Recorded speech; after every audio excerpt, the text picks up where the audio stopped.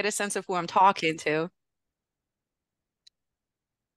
So if you don't have to show your camera if you're not looking good today, but I would love to hear your area of expertise is so when I'm explaining things, I know who my audience is and I can tailor what I'm saying.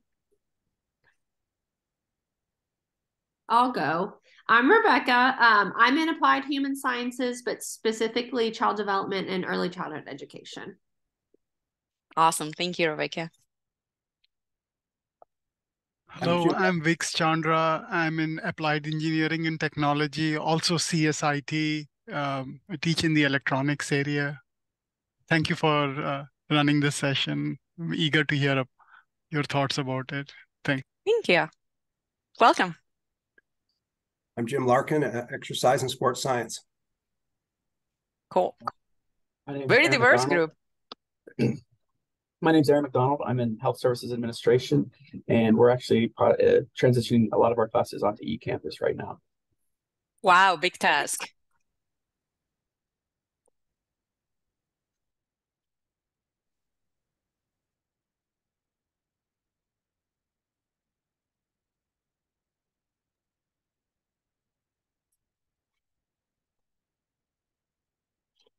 Do we just jump in?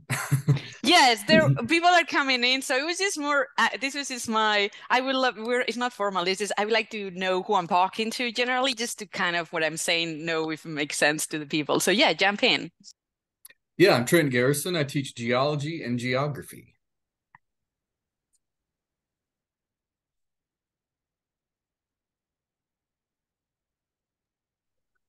I'm Jerry Palmer from your psychology department, and I'll apologize ahead of time. I have another Zoom meeting at 11:30, but I'll take in as much as I can.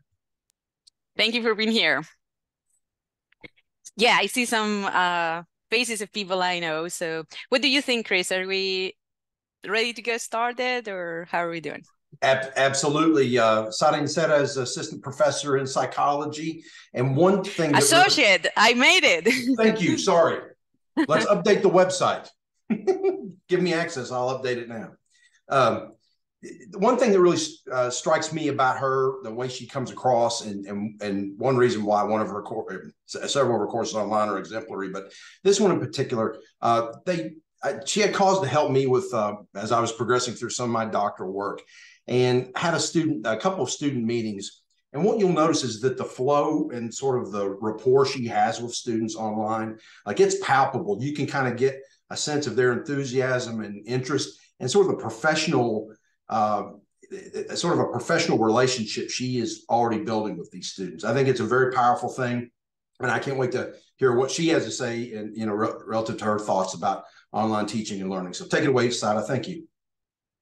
Hi, well, thank you. Welcome, everyone. So my course is Cognitive and Affective Basis of Behavior, which is a mindful, but it's basically how cognitive, like language, speech, memory, and affective, like emotion and things like that, affect people's everyday lives. And one thing that I do in my course is put a lot of emphasis on the apply piece. It's like, these are complicated construct, very jargony, most of it, and how do we apply it to everyday life? So that is something that is a thread that you're going to be noticing throughout my course. And then, because I wasn't sure what to highlight, what I did was I found my course evaluations from last semester, and I'm going to be kind of reading quotes from the students. This is answering to the questions about feedback for the course. And whenever I read, I'm going to say, so this is what the students have to say. This is how this looks in the course. So let's jump right in. I had someone, I'm not an artist, but I got someone to make me this beautiful banner. So if you don't have a banner, that will be my recommendation that you start with, because it just kind of gives that general, getting started on the right foot. I know students commented on the banner before. And then my announcements, I send them one announcement a week, always on Fridays, always at the same time. And I try to make them informational, but also kind of fun. So we start with the first day, and I put always memes and GIFs on this announcement. And of course, it has all of the information: the Start Here section, the virtual office, the calendar, but always the meme. Yeah, I have all sorts of memes like this. One of my favorites is the stress. This is the last course where they have to do all the big stuff, the course evaluation, the final exam, the final proposal. So this is the stress reduction kit, Banhead here.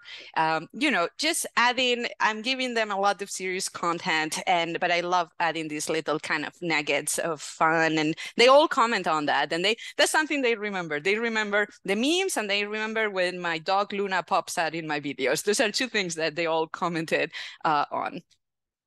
So going in more like the structure of the course, I like the left tabs. I think this is something that is underutilized in online courses. I love organizing things on the left. So I have the information area, the content, these are all the modules, and then communication, and then resources.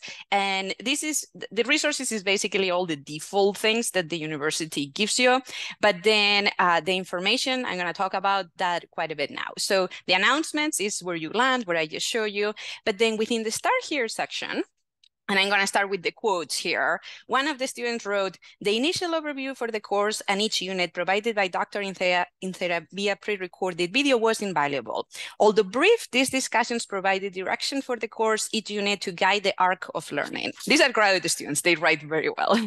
So we always have the meet your instructions, and I make a big deal about all facilitators have to have an intro video. This is super important for me that the students know the facilitators. The first semester before I did all of these, the students didn't know they had facilitators. I'm like, they've been grading everything. Why didn't you know them? And, you know, so I think with the videos, students really get to know these facilitators. And then the getting started, this is really short. This is just like 3 to 4 minutes, but it's an overview of everything. And I think that they really like it. So in that intro announcement at the beginning, I send them, make sure you watch the Getting Started video. And that seems to help students. So here I also have the virtual office. And then I have just some more information, time management. I'm big on TED Talks. I have TED Talks everywhere in my course. And of course, memes. Especially when I'm basically, this section is don't be late, be always on time, do all this work. So I add a meme to kind of, you know, every time I get really strict on things, I then add something to kind of compensate a bit, right? And how to do well in the class and the grade. So that is the Start Here section. And then the grades, I have a grades tab, and the students have commented on this a lot. So this is some of the comments from the students. When you ask them what are the strengths of this course, they say, on-time grading and positive feedback. Feedback for assignments was extensive. The course facilitator graded assignments very quickly and always gave constructive feedback. And how did I achieve this? Because this did not happen the first time I did this. I have developed a lot of training for my facilitators. So let me see if I can show you a couple. Do you see the new tab? Or are you? Yes. Okay. So I sent students these articles, like 7 keys to effective feedback, and these are kind of easy to read, but it's like you know, some goal reference and like tangible, transparent, and actionable. Like it has to be specific, right? And I also give them this other one, 20 tips to do it right, and it's the same type of idea. Is you know, how students' feedback should be educative in nature, should be given in a timely manner, be sensitive to individual needs of the students, ask the questions, what can they do, all sort of training on the feedback itself. And I do this before we start the course and to the facilitators. And I spend a lot of time with this, and that has really paid off in being able to do this effectively. Now, the grades tab, which the whole grading on time and, you know, being effective, I have every assignment posted on Blackboard from the first week of classes. And of course, this is like my 10th time teaching this course, right? So that's easier to do. I think I hear someone. If you can mute yourselves, well, I don't know. Okay. So yeah, this is, you know, if it's the first time you're teaching the course, maybe not, but by the second or third time, you can have all the assignments there. And what I like to have in this grades tab, which I think is really helpful, is for each assignment, you have the due date, the type of assignment, the rubric, right? Because I'm able to give them very detailed, and these rubrics are also helpful for the facilitators. And I also have the points. And this is also where, if you are a student in my course, you will get the little comment bubble. If you receive feedback, you get a bubble here where you can click. And in the rubric, we give feedback both in the rubric on that bubble. And I also, in the Start Here section, because this was something that not all the students knew. And I was like, if you don't know this, how are you getting feedback in other classes? So I have oh, it's in the introduction tab. I have a video now on how to get, where to find the feedback. I'm sorry, I have a lot of information in there. Introduction. Okay, so I'll show it to you later. So I have a video of, this is how you find the feedback that you need, and where to find the feedback. And then they get used to it. And then every week they come in and they check their feedback to incorporate feedback. Because one thing that my facilitators were getting very frustrated is spend all this time and energy in giving feedback how I told them to give the feedback. And then the students wouldn't incorporate it by the next week. And that is very disheartening. So we have a lot. And also within each rubric, I added a incorporated feedback from previous week section. So we make sure this is an important thing. We believe that drafts of the like creating several drafts and give feedback on it is important. So that's for the grades. And then at the very end, you have the score. So my course is out of 1,000 points, and I did 1,000 just to make things easier. So if you get 900 points or more, is an A, 800 points or more is a B, 700 points or more is a C. I don't have to think it. This makes things so easy, because it's like, oh, you have 847 points, it's a B. I don't have to do any calculations.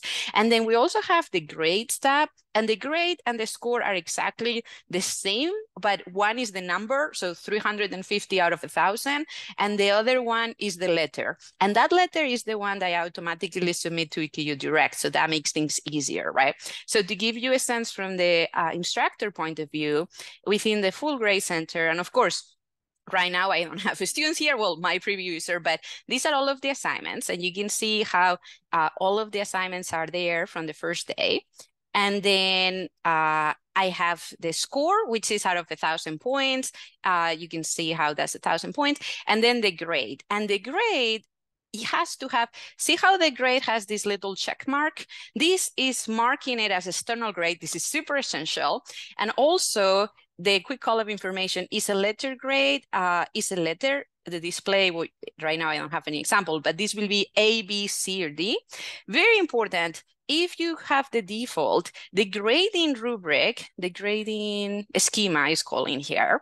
The grading schema for letter, the default is not A, B, C, and D. This is the default, which has A plus, A minus, B plus, B minus.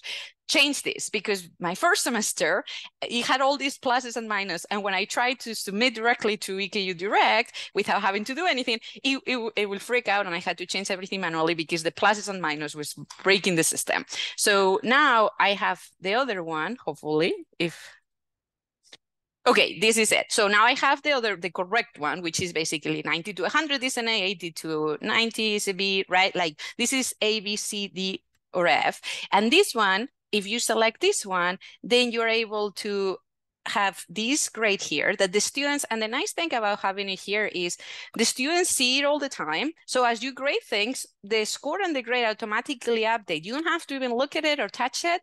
I haven't had any more, Dr. Incera, what is my grade in the class? It's like, go to the grades tab and it's there. Like whatever it is there, right? And then they know, and I haven't had any discussions about grades or anything. And then if you go to course tools, this is also on the instructor point. If you go to ILP integration, and there is a video on how to do this, but since we're here, I thought I'd mention it. You go to midterm grades, and of course, right now, there is nothing because there is no column to populate, but you just select the grades column, and then it gives you the grade, and then you click submit, and that's it. You're done grading, which I love it because I used to spend a lot of time and effort submitting grades, and now I don't have to think about it. It's all automated, and I don't have to do any effort. So set it up. You have to make sure that all of the assignments add up to, in the grade center here, that all of the assignments add up to what they need to add. But once you have that set up, you're good to go. So that is how I do grades. And students seem to like the transparency, and they make a lot of comments about grades in my, positive comments about grades in my evaluations. Okay, next up here is the calendar.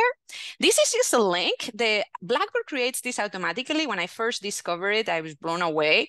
Is if you create the assignments in your Blackboard as with due dates, and you mark in your assignment a due date, by just adding the link to a calendar, it's creating this automatically. You don't have to touch anything or do anything. It's just creating it all automatically. So the students mentioned, they had a lot of comments about this. I liked having access to all the modules ahead of time, so I knew what to expect each week. Consistency on due dates for each week. These were the things they liked. I love that my assignments were due during the week, and I had the weekend to get as much done as I could for the week ahead. That was fabulous. The calendar for reference on due dates was appreciated. The use of the online calendar was extremely helpful. This allowed us to eliminate a step in having to write all the dates down ourselves. It was so easy to maneuver, and I wish every professor did this to help students.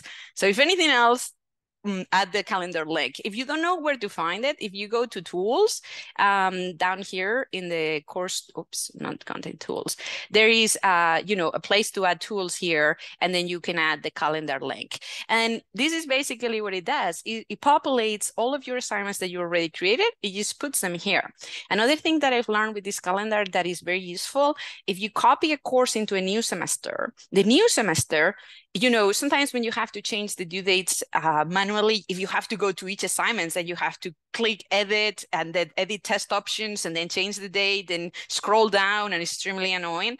Here, if you click on it and say, change the date, you're done. Like, you can change all of them at once and, add all the dates in the calendar. So even from creating the course portion of it is also super helpful. And as the students mentioned, I have all the assignments due Monday to Thursday, and I have every module always starts on Friday. So this was for the facilitators, actually. So what was happening is my facilitators, they have their grading hours, or they work during the week for me, right? So what was happening, I felt really bad making my facilitators grade on weekends. And if you have everything due on a Saturday and then the facilitators don't grade anything until Monday, at that point, may as well just put the due date on Monday. So what I gave a lot of thought to this, and I had some pushback, because apparently there is somewhere made a rule at some point that most online stuff are due on Sunday, which I think is an absolute horrible idea, because first of all, you get inundated with a bunch of questions on Sunday, and Sunday I'm not checking my email, and then the students feel like you're not listening to them, and this is horrible. So for me, I get most of the questions Mondays to Thursdays, which I'm in my computer answering them, which is very good. And I still answer my online students on the weekends because I'm that way, but I don't think we should make it on purpose that all the questions, because you know how humans are, most of the questions are going to come the day the assignment is due. So I much rather have a couple sprinkle on Saturday and Sunday, but the bulk of the questions being during the week. And the other reason was my facilitators. I didn't want them to feel that they had to be grading on the weekends. So this way, what happened was, when I first started this, some students felt like they wanted to work on the weekends, and that's how I made it now, that I always start the course, the module, I open each module, well, they are all open, but I officially start each module on a Friday, and the Friday is when I send them the email, welcome to the attention module, welcome to the memory module, welcome to the language module, and then they don't have anything due technically until Monday, and then Monday through Thursday is when things are due. But if someone, and I tell them, if you want to work on Saturdays or Sundays, then work ahead, and then by the time the facilitators are going to start grading, you have already submitted all your assignments. And this seems to work with most students. I still get the eventual, why aren't things due on Sunday? And then I tell them, I wrote like 5 paragraphs of why on the start here section that you didn't read, but it's okay. Like, we're going with it. So that was my rant about, hi, Leslie, do you have a question? Oh, no.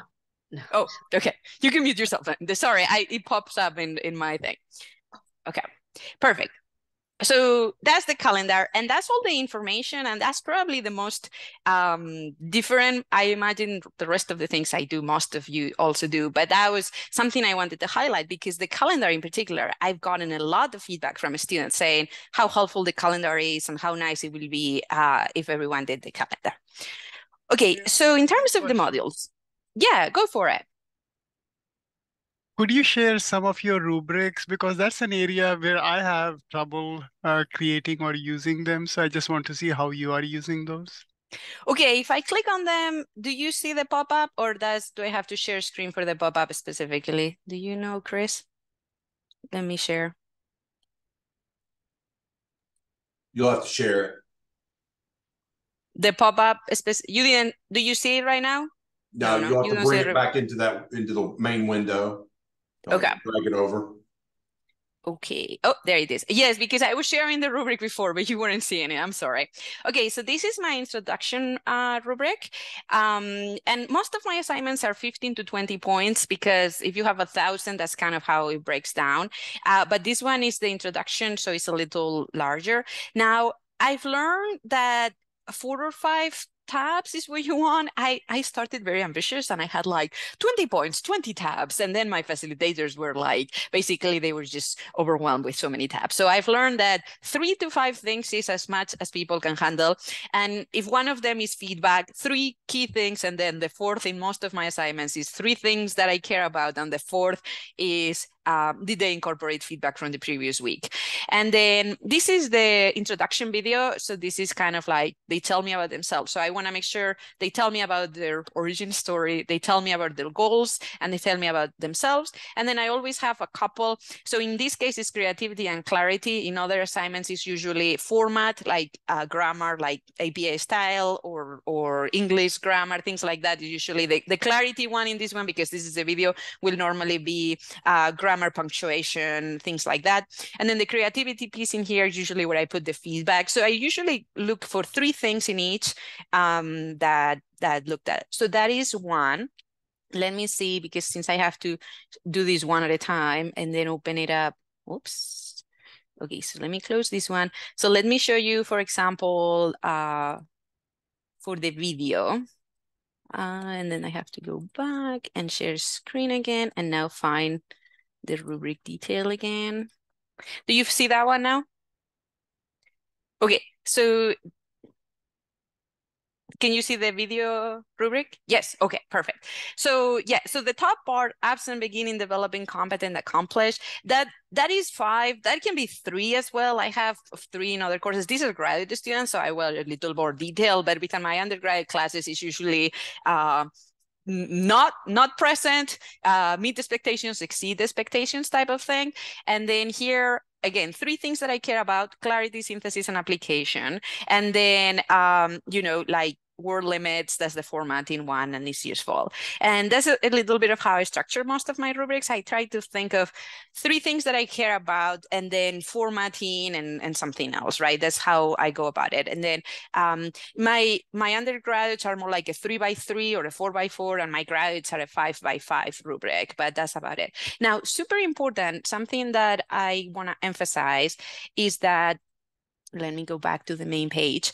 All the rubrics, I have like 6 rubrics, and then everything is a repeat. So for each assignment, and this is part of where I was going to talk about, this is a good segue in what we're going to talk about next, that is the structure is always the same for each module. So in each module, I have like a video, a discussion, a journal, a laboratory, and a quiz. So the rubric for the video in attention is the exact same as the rubric for the video in memory, as the exact same as the rubric. So if you look at my rubrics, I really have like 5 rubrics total, right? Well, okay, the proposal, I lied. The proposal is a whole other project that I'm going to talk about separately. But for the most part, I have a rubric for discussion, a rubric for the video, a rubric for the journal, and that's the intro video, and that's the normal video they have to do. But basically 4 rubrics, other than the proposal that has a bunch of the detailed rubrics. Did that answer your question, or do you have any follow-up? Thank you. Very helpful. Awesome. Okay. So moving back into the modules, that was what I was gonna mention next. So students, and let me show you the student view on this one, because in the other parts it's not that different, but in the modules, I wanna make sure you see it from the student perspective. So the modules, I love the table on contents. The thing is, if you create a module as opposed to a folder, it automatically creates the table of contents. I always set it up that they can click whatever they want, whenever they want, like they can go from one assignment to another. Some people restricted that I have it all open and all clear. It's like, you want to look ahead, great, just keep working on my course. That sounds fantastic. So I have all open, all clear, and they all can work ahead in anything they want. So some of the comments here, for example, for the overview, the students say, the videos that Dr. Incera used in this course were great. The quality of the videos was always perfect and I had no difficulties. I don't know what they mean by perfect. I record them in my house with my own little microphone. So I didn't do anything technical, but they seem to be happy with them. Now I'm looking at the one bottom recording studio at the Faculty Center for Teaching and Learning. So if I get to redevelop this course, I may go there, but even just your basic camera and headphones, students seem to be happy with it. So that is that. Then the proposal, there is a lot of, this is the big project in my course. So the proposal, every week they do a little piece for the proposal. And you can see in attention, they do title and reference. In the memory chapter, they do introduction and background. In language, they do the project description. This is a grant for graduate students. I have a version of this in each of my courses. For undergrad, it's a video about a topic they care. For grad students, it's a grant. They have to convince me that they deserve the money for their project, right? So these are all of the subsections. And that's why I had so many rubrics about the grant proposal, because this is like a thread throughout the course, and it's about any topic they want. So in terms of the proposal, the students have to say the following. Probably my favorite thing about this course was the proposal project. The idea to have us work on one aspect each week instead of us turning in the whole thing at the end probably prevented several procrastinating catastrophes. I thought that was a good comment, because I've seen this was not my first iteration of this. I saw the procrastination catastrophes happen in my first time around. So I'm glad the students appreciate that. Okay, the discussion. I actually had someone from a different department emailing me that their students were talking about my discussion assignment, that they loved it, and that if I could send it to them. And of course, I'm happy to copy paste this and send it to email it to you if you want any of this. But apparently this made it to other departments. So this I took from I attended an online session, and this is where I saw for each module, you need to take a minimum of 2 contributors. This is the standard, but this is what they have to do. You need to find in the popular media an example of a specific concept. It can be a quote from a book, a clip from a movie, a meme, a song, a Reddit post, a musical, a tweet, etc.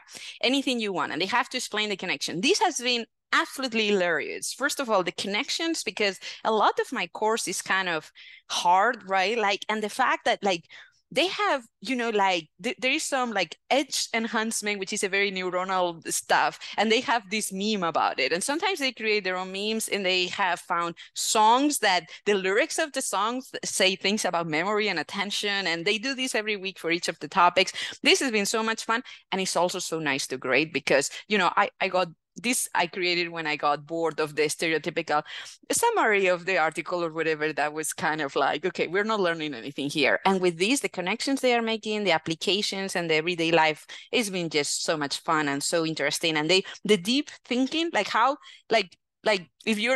you to convince me that Taylor Swift's song is actually connected to where we're covering in the decisions chapter, right? You have to make a case for it. And the depth, the deep of thought is fascinating. Now the quizzes, I also have quizzes, and how I set up the quizzes is I have a bank of items. So basically I have a bunch of items for each chapter, and then randomly pull from this. And I don't know if everyone is doing this, but I think people should, I cannot do that on the students mode. So how this works, if you haven't done this, and of course, this is where I do, this is a psychology thing. I then analyze, I do test analysis on the items and a bunch of other stuff you don't need to do. But I thought it was cool that you can do that. So the test is what most people use to just create exams. If you have 10 questions, you put them in the test, you're fine. But the pools is where the fun starts. So pools, for each article or for each chapter, you can have as many questions as you want. And then you can see, for all these chapters, I have all these questions. And then what you do is you go back to the test, and then you can set the test to get from different pools. So for example, my quiz for language, it has a few questions from the language chapter and a few from all these other chapters. So it's pulling out of out of these 50 questions in this blog is pulling 15 questions, right? So, and I can do a whole thing just about this, but basically, if you wanna, your quiz is to build up. So 2 questions from the previous modules and 8 questions from the new module, or 5 questions from the article and 5 questions from the chapter, or however you want to organize it. But then you set up in a way that is random. It's not the 5 questions every time for every student. It's pulling. So in the graduate course, because these are all articles, like there's so many questions you can get out of a 10-page article. But in my undergraduate course, where the book chapter has like 50 or 60 questions, then it randomly pulls 10 questions from each of the pool of items. And then if they take it 3 or 4 times, they really get to see questions for all the concepts in the textbook or in the article. So that's been really helpful. The students have really enjoyed the pool, like the quiz is set up as a random questions gotten from the pool. And then of course they can retake it multiple times so they can get exposure to more questions. That's the quizzes. Oh, and the wrap up. So if you look at my wrap up, students wrote, the use of video was great. I love the TED Talks, especially. I'm a big fan of TED Talks. I watch a TED Talk every time I can. And, you know, my husband says that he's going to put in my grave, Sarah, I've watched a TED Talk in Theta for, you know, my tombstone. So I'm a big fan of TED Talks, and I have a bunch of TED Talks that I use, you know, additional resources. And I also, one of the assignments, the video assignment, is actually to watch a TED Talk and talk about it and connect it to everyday life. So I'm a big fan of TED Talks, and like the big names in my field, it's not just a random TED Talk, like Elizabeth Loftus, who is the biggest name in memory. She has a TED Talk where she tells you all of her research in 10 minutes, all of the stuff she's done in the last 25 years about eyewitness testimony. So it's like there is very important big names in the field recording TED Talks. And I think that is a very important or helpful resource, at least in psychology. That is a huge resource.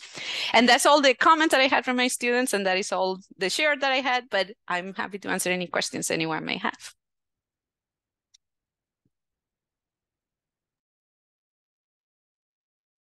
Sara, while people are thinking of questions they want to ask, how much experience did you have in online teaching before you came to Eastern?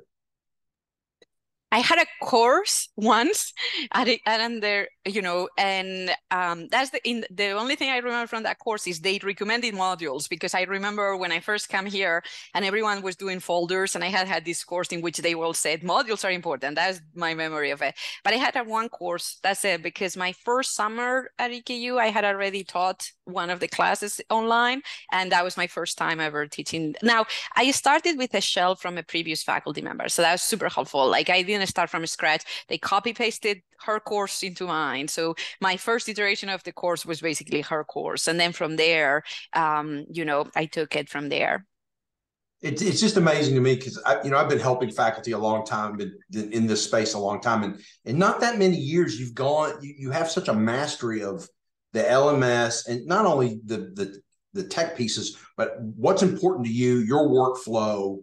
I mean, it's really a beautiful thing, and I'm really glad that you have shared those things today, because I learned a couple things, and you're making me rethink about my Sunday deadlines in my own graduate courses. And so I'm going to give that a lot of thought in the next few weeks. And so I really appreciate it. I'll shut up. And I have to say, some of this is not just me. In my department, we had a lot of conversations for student well-being. So the mental hygiene discussion about how important it is for people to disconnect. So whenever we discuss those type of things, I always try to like apply to the courses as well. It's like we used to spend an hour discussing how having all these non-checkouts from work is stressing everyone out. Why am I putting the deadline on Sunday, right? That's my, now, I know if it's students who are working on the weekends because they have full-time jobs. I'm not saying this is perfect for everyone. I'm saying after a lot of thought, my facilitators and I landed on this system. No, but I mean, one of the drawbacks with our 8-week courses in eCampus is that it's all squeezed together, but we still need to try to build in some at least reflective time or a little bit of free time, if you will, so to speak. So I really appreciate that perspective. Sara, you said you allow your students to retake the quizzes multiple times. So when do you cut that off, or do they do that right till the end of the semester? I can copy paste to you from my PNT materials because I wrote like 3 paragraphs on this. So there's 2 types of tests, and I teach memory, right? So this is like right up my alley. So there's 2 types of tests. One is the learning test, and one is the evaluation test. And if you look at the literature on memory, actually quizzing students as a learning tool is essential. We have very powerful test effects are super effective, meaning that if you test often, if you ask questions often, you learn a lot more. So I have 2 separate systems. One is the test effect, the learning tool. So the quizzes as a learning tool is when they can take them unlimited times, they always get the highest score and they are learning. Now, separately from that, I have the quizzes as an evaluation tool. And at that point, is time. So it's like 50 minutes instead of unlimited times. It's only, well, I leave them 2 attempts, but for technical details. And on the ones that are evaluation, they also have an essay question that in the practice, because we're not going to grade 1,000 essay questions for the practice, but in the evaluation, they do have an essay question, and we only grade 1. So even if it's 2 attempts, we only grade on that one the latest. And the second attempt is basically if the computer crashes, which I had students, they can do the second attempt. But so the evaluation piece has the essay question in it, is time, and is 1 time, 2 if they have technical, but 1, versus the learning tool, the quizzes, and that's why it's called quizzes versus exams, and the quizzes as learning tool. So the final exam, I didn't show you the exams piece, but the final exams are time and are separate from the quizzes, which are the learning tool. So the quizzes are unlimited, highest attempt, and they can take them as many times as you want from the whole pool of items. The exams are time, limited time, and only once. Did that answer your question? Thank you. You have put a lot of thought into this. It really is very nice to hear. Thank you. Yeah. And I have like a whole page. This was a big issue with my, in my materials for my PNT. My faculty were concerned about they're just taking them unlimited times. And I'm like, no, they have 2 separate things. And then I've also done a lot of analysis because of this question in which the majority, just for you guys, if you're curious, the majority of students actually start at an 80% anyway. Like their first attempt is an 80%. And on average, they take these quizzes 5 to 6 times, which I'm like, you're taking my quizzes 5 to 6, like in which other assignments you allow, like you have students retake assignments 5 times? Like that's a lot of work they are doing. So they take them on average 5 to 6 times, but the first attempt was already 80% or higher. So, I've done a lot of analysis in this, and I think is working. Okay, Shirley, I think. Sara, thank you so much for sharing your course with us. That was awesome. Really looking at your rubrics and really thinking about due dates. I'm like Chris. I think looking at working professionals in EKU online programs, we have to look at those due dates. And I'm not sure that they currently work, but I'm also not sure that I want to put them on a Friday, because then that infers I'm going to grade, and that's not good for my mental health either. So, there's got to be something, and that would be a really great study of, where do we put them? Chris, you could organize all of us. Just as actually, Shirley, there's an excellent point. I'm running a survey for faculty. Right now it's psychology department, but we have a new online coordinator, John Gore, and we cooked up this survey. We're creating a survey called Faculty Perceptions of eCampus. And my first question for that survey is, how many assignments do you have per week? Because I've been told by students that I overdo it. I have way too many assignments. So if I have to cut down to how many, like what is the average? How many assignments is reasonable? And my second question is exactly where you said, when do you have your assignments due dates and why? And I'm trying to understand, are we all doing random things? Why are we doing it that way? It's an excellent question. Yeah, because, I'm thinking about working professionals, and when I don't want to stress them because that's who we're targeting. But my question for you had to do with your organization. You got your table of contents. Is that a part of Ultra? No, that automatically gets generated if you create a module as opposed to a folder. So let me show you. When you insert, so imagine I'm going to go to start here, right? So I have all my modules here, and see how they look like a little notebook? Do you see that one? So if you go to insert, build content, instead of a content folder, that is the default, do a module page. And then it looks exactly like a folder to you, but the students, oh, this is a mock one, so we can create a mock one. But to you, it looks the same as a folder, but to the students, once you put assignments in there, once you put assignments, right now, it doesn't look like anything, but as you put assignments in there, all of that is automatically generated. My point is the calendars, the grades, the modules, the table of contents, the modules, you don't have to do anything. You do what you normally do. And by selecting module, you just create the table of contents. And one thing that I recommend, because at first I had it, just the default, I believe it is that it goes in order, that it doesn't allow students to go to assignment 3 if they are in assignment 1.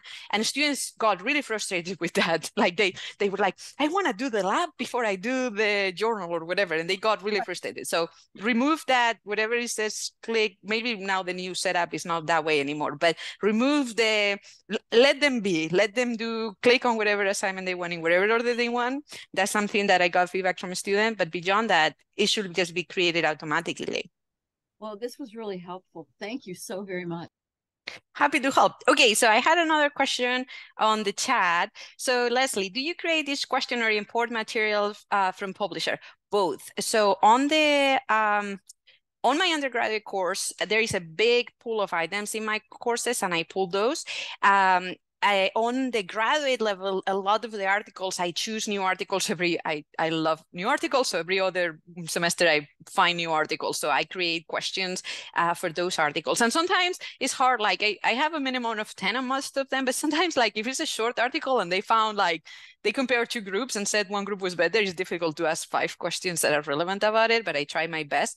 Another thing that I've done, it wasn't super successful, but I was able to do something with it, is I've had in my undergraduate class, one of the assignments was create a multiple choice question.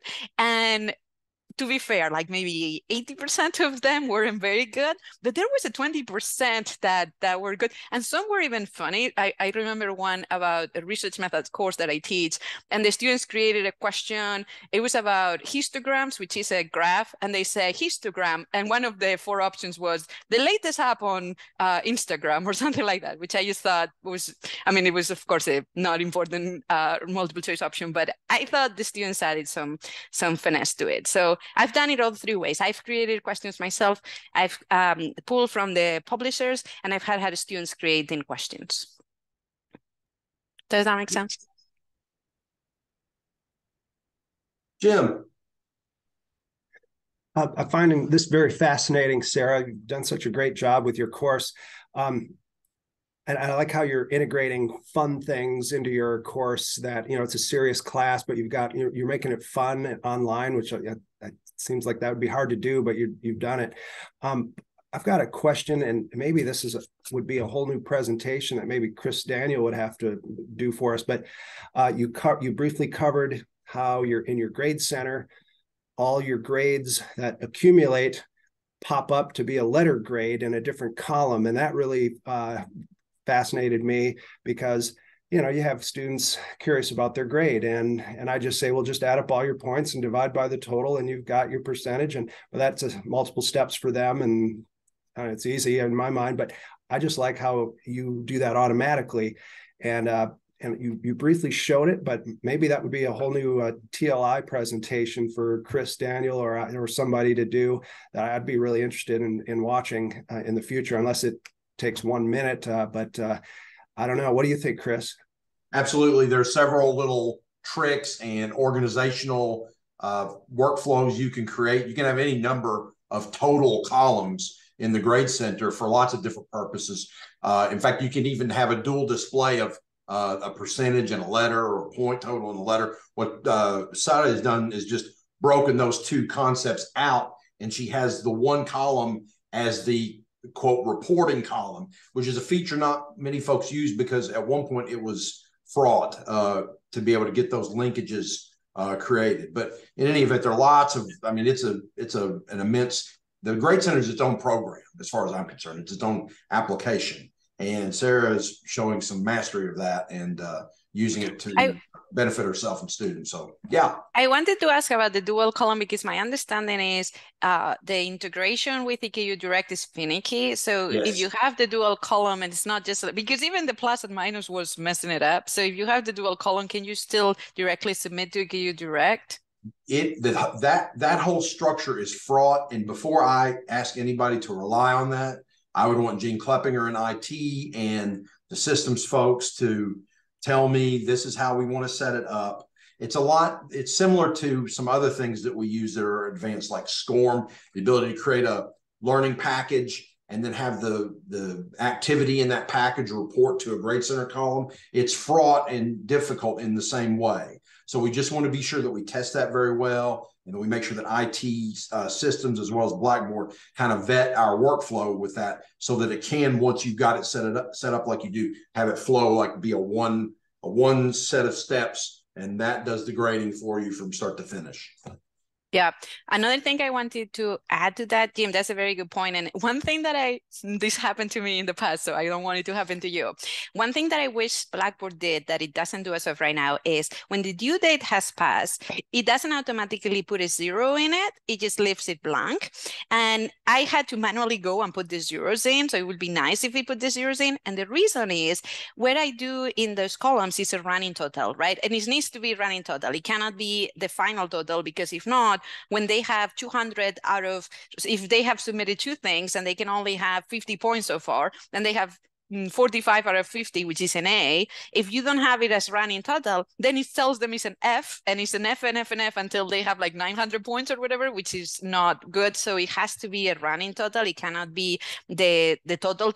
So it cannot be 200 points out of 1,000. It has to be 200 out of 250 that you've submitted, right? So if you set up that you have the amount of points out of the ones you've submitted, what happened is once that I didn't know how this happened, but it happened. I had a student who submitted one assignment and had an A in that one assignment. So this student had 20 points out of 1,000, and she didn't submit anything else. And I reached out, and I was not adding the zeros, so her score was still the A because I wasn't manually this was the first iteration of this. And then at the end, she's like, Dr. Incera, but I got an A, so I didn't want to mess it up. I just want to keep my A. And she didn't do any of the other stuff. So at the end, we worked it out. But like, it was a really it's a big thing. So since then, I have to every module. I usually do it on Fridays, and that's how my schedule works with my facilitators, because how I do it is they have to grade by Thursday. And at the end of the day, Thursday, they have to have all the grades in. And then Friday morning, I review all the grades. I give additional feedback on the parts that I feel like my facilitators missed. I submit I put all the zeros on all the people who missed the steps, and I send the announcements starting the new module, right? And that manually putting all the zeros is kind of annoying, but if you don't do it, then students don't realize they've missed stuff. So that is something that is important too. Vix, I think you have a question. Yeah. Is there a way to have Blackboard put the 0 in if it's past the due date, or is that not capable at this point? That's what I wish to know, Chris. I haven't figured out how to do that yet. Yes, there is. I can't for the life of it. Nobody's asked me that in a bunch of years. Yes, there's a way to make it do that. I'm pretty sure. I would love to know that, because that'll be so helpful. Make a note of that. Populate a 0. Yeah, like if the due date, so don't put it yet, because another strategy is if they're all zeros to begin with, then it says an F, and then you don't want them to see the F because they panic. So you want it to be empty, and then when the due date is passed, then it populates a 0. That's the goal. I'll look that up and let y'all know this afternoon. Thank you. Biggs. Yes, I have a general question, and maybe Sarah, you know the answer, or Chris, or anyone else on the call. Is there a way to automatically do spell check in anything which you are posting? And is there a way to change the font, the default font? Because right now my font always defaults to 10, which I think as I'm getting older and older, the screen looks smaller and smaller. So if there is a way in which the font can automatically be set somewhere, and then the other is the spell check, and I'm appalled sometimes at my own spelling mistakes, which I send out, and then I say, oh my goodness, that was a mistake. So any idea about that would be appreciated. I'm getting worse and worse with it. Spell check's going to be browser dependent. There are a number of plugins You could install, some people like the free version of Grammarly, although it kind of butchers some of my language, but it will detect spelling and basic grammar for free. Of course, it's a plugin that is sometimes a little annoying. There's a little icon that hangs out in your web browser all the time. As far as an automatic font for Blackboard text, I don't think that's possible, but I'll look into that. But the spell check is, it's whatever you have installed in your browser, for better or worse. So even in Blackboard, okay. So yes, it'll work within Blackboard as well. And I can't say every single text entry field a browser spell checker will support, because that's a big wide open area. But let me look into what a good spell check application for a web browser would be, and I'll get back. For Chrome would be helpful, right? Thank you very much. Yes, sir. Hey, Chris, Leslie has a good point. Can you add the people who is interested to the demo course, the copy that you made? And make sure you add them as instructors so they can see that side, right? Like, yeah, I'm happy to all have you. That we just made that copy. Chris just made that copy, so you can all be added as instructors there and see how it looks. Who all wants access to that right away, or you can email me, but I'll try to take it down right now. I see Leslie Combs, Shirley O'Brien, Rebecca Crawford. That's what I see in the chat. There was a question earlier about Blackboard assigning an automatic 0 after the due date. Is that correct? Is that the question that was asked? Yes, I believe it can happen. I just can't, in my mind, get you to the steps. I have to work through it. Yeah, and I'm in settings. If you go to like a specific assignment and go to grading, I have the option to change grade posting settings. And if you go in there at the top, there's a thing that you can click that says prohibit late submissions after the due date. And I think if you click that, it'll automatically give it a 0. No, what happened is that doesn't allow the students to submit late, and I wanted the students to submit late. So what I do is I always put the zeros in, and then when they submit late, I clear the zeros and add the points, because I accept all late submissions, especially for grad students, which they have enough going on. So that one prohibits from submitting, it's not that it appears the 0. That leaves it blank, because I was playing around with that. So the issue is I want students to be able to submit after the deadline. I just want them to see the 0 and realize, in fact, in my undergraduate classes, they almost see the zeros as, oh, this is Dr. Incera telling me to submit, because I feel like many of them, they see the 0 and say like, oh, wait, and then like a minute later after I put the 0 in, they submit. So I don't think you should prevent them from submitting late. I think you should let them know that they have a 0 so they realize. And the other helpful thing is when undergraduates have a lot going on, they go to the grade center and they see exactly where the zeros are, and they know where they are missing, because if you don't do anything, sometimes they don't know if that assignment was what, and then if they see the 0, they know they have to do something about it, and they come to me. So I wouldn't prevent them from submitting late. I will just let them know that they need to submit late by giving them a 0. Then they know you replace with the, and this has also cut down on my time on giving them extensions or anything. I always tell them, you will see the 0 showing up, but then please submit and I will accept late. And of course, you don't have to accept late if you don't want to. But with that policy, I found that it has been helpful, because as soon as they see a 0, apparently I didn't know this, but on their end, it shows up like this big red F and a 0 in their screen. Like, I don't know what it does, but it scares them and they submit. Gotcha. Okay. Yeah, that makes sense. I found the directions for Ultra, but not original yet. But I'll pass that along for sure to the group. I'll send out an email later on this afternoon or evening. I would agree with what you just said there, Sarah. When you put the 0 in, it does get their attention and they come running, and they're scrambling to get that taken care of. So it is a good attention getter. Yes, and I only had me as the preview, so I couldn't sort. But if what I do is I sort I didn't talk a lot about that side on the Grade Center because I didn't have enough rows of students to show you. But if you click sort, all the empty ones appear on top, so you can put all the zeros all very quickly. And then if you go to the grade and you sort, so for example, when I have to do the 4-week evaluation, I have I don't have to calculate anything. I click sort, I see the ones that are C's or F's or whatever, and I have them all sorted out. So I know exactly who is failing and who is not, and I see if they change. So it really uses the Grade Center as like, you know, a spreadsheet basically, and click on the top arrows to sort by students, and you sort. And I also use it to select, right? Like if I have a research opportunity, I sort, and it's like, okay, who are the top 5 students in this class to select, right? So I find that helpful. Yeah, that's the good thing about the old Blackboard is you can sort but with the new Blackboard Ultra, it's more difficult to do that. I teach at KCTCS and EKU, and so we at KCTCS we have the new Blackboard Ultra, so it's a lot better in a lot of ways, but it's harder to sort, so that's harder to find the students who aren't doing that well.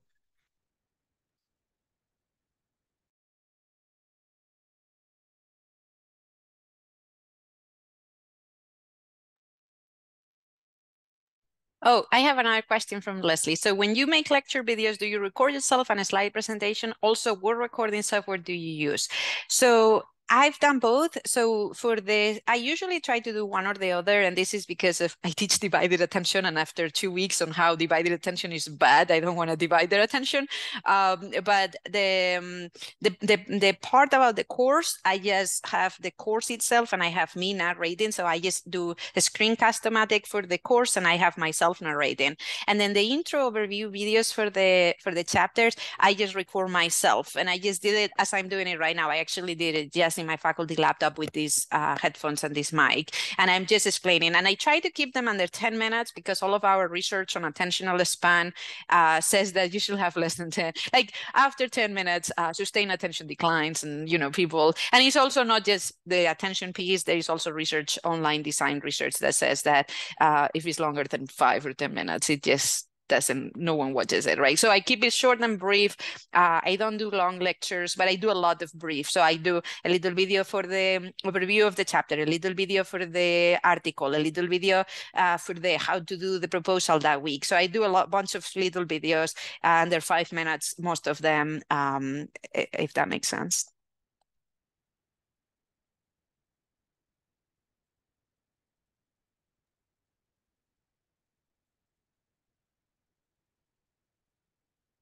Yep.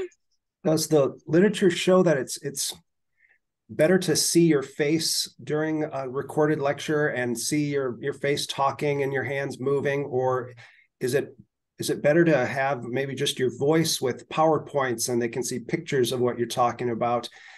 Do you know anything about that? I do. So Michael Chen in my department, he has done some comparisons in that he's compared the same content material with just videos, like the little drawings, and also just static images and a voiceover. And it was really interesting because the learning per se, so they evaluate how many answers they got right.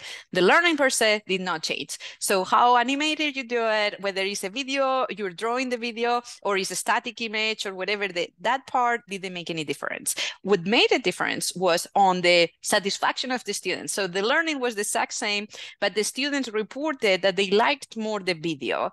So and this is where how much do you care about the students enjoying it versus how much is the learning piece. So in terms of learning, there was no significant difference, but the enjoyment on the students made a difference. So I think there is an important piece also if you have different goals, right? If your goal is to engage the students versus if your goal is to really focus on the material, and different videos throughout your course can have different goals, right?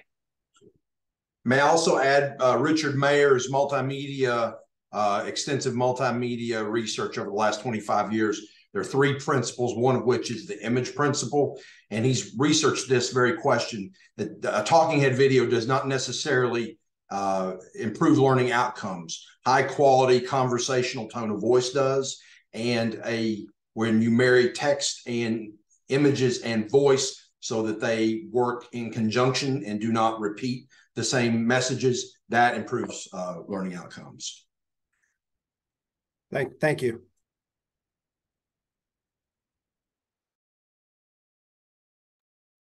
Trent asked a question about, are we moving to Ultra? I will tell you what I know. I have lots of opinion and commentary, which I won't share on a recorded video. In December, Ryan Baggett sent information or a questionnaire to department leadership in various colleges, asking them what their thoughts on this very question was. He got results back. I haven't heard any of those results. Right now, we have a handful of courses. Each instructional designer at eCampus has some courses that have moved to Ultra. We are not making anyone make any moves. Our contract will be up with Blackboard as of 2025. I do not know what we are going to do relative to that. If anybody's interested in learning Ultra, I have a self-paced course you can take.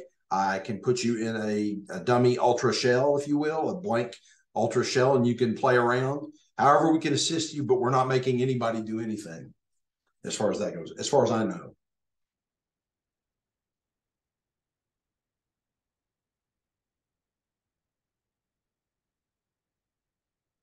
Any other questions for Sara? I have some tasks that I'm really happy that you asked me to do some tasks based on this. This means it was a really great session. I knew it was a great session anyway, but this is proof. So I'm going to explore some grade center extras. I'm going to see about populating 0 after a due date. Jim and Sara want to know about that. Viggs wants to know about a spell checking application and can we change the font inside of Blackboard, the text edit windows. And I'm going to add Leslie, Shirley, Rebecca, Aaron, and Mary to this this mock course for PSY 859. Me too. And Viggs. Yes, sir. Yeah, I'd like to know about the fun as well, please. Font as well. I'm going to send an email with all this stuff. Okay. And if y'all don't like it, just delete it. Thank you so much, Sara. This is so great. It's wonderful to know your perspective and see how you've mastered your own workflow for the benefit of students. I know when I was in those 2 meetings with them, you could just tell there was a professional and a collegial, real vibe that I got, but also kind of an informal and very friendly vibe too. So it's hard to do that in online, and looks like you were very successful. So thank you for your work and thanks for speaking with us today. Thank you so much for the opportunity.